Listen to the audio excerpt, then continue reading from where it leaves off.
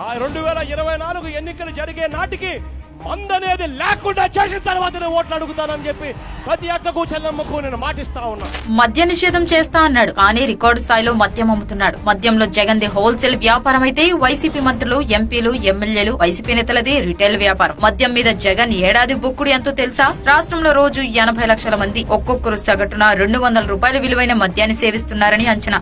ఆ విధంగా మద్యం అమ్మకాల మొత్తం ఏడాదికి 58,400 రూపాయల కోట్లు. 200 రూపాయల విలువైన మద్యాన్ని తయారు చేయడానికి అయ్యే ఖర్చు 25 రూపాయలే. ఆ లెక్కన ఒక ఏడాదిలో అమ్మే మద్యం తయారీ ఖర్చు 7,300 కోట్లు. అంటే లాభం 51,100 కోట్లు. అయితే జగన్ ప్రభుత్వం ఇప్పటి వరకు చెప్పిన లెక్కల ప్రకారం రాష్ట్ర మద్యం ఆదాయం ఏడాదికి గరిష్టంగా 18,000 కోట్లు. మరి మిగతా 33,100 కోట్లు ఎక్కడికి పోతున్నాయి? తాడేపల్లి క్యాంపస్ కే కదా. ఈ లెక్కలు తెలియకుండా ఉండాలనే ఏపీలో మద్యం షాపుల దగ్గర క్యాష్ కొట్టు, క్వార్టర్ పట్టు విధానం పెట్టాడు జగన్. ఏ వైన్ షాప్ లోనూ ఆన్లైన్ పేమెంట్ ఉండదు. మద్యం అమ్మకాలతో ఏడాదికి ఎంత లేదన్నా 30,000 కోట్లు వెనకేసుకుంటున్నాడు జగన్.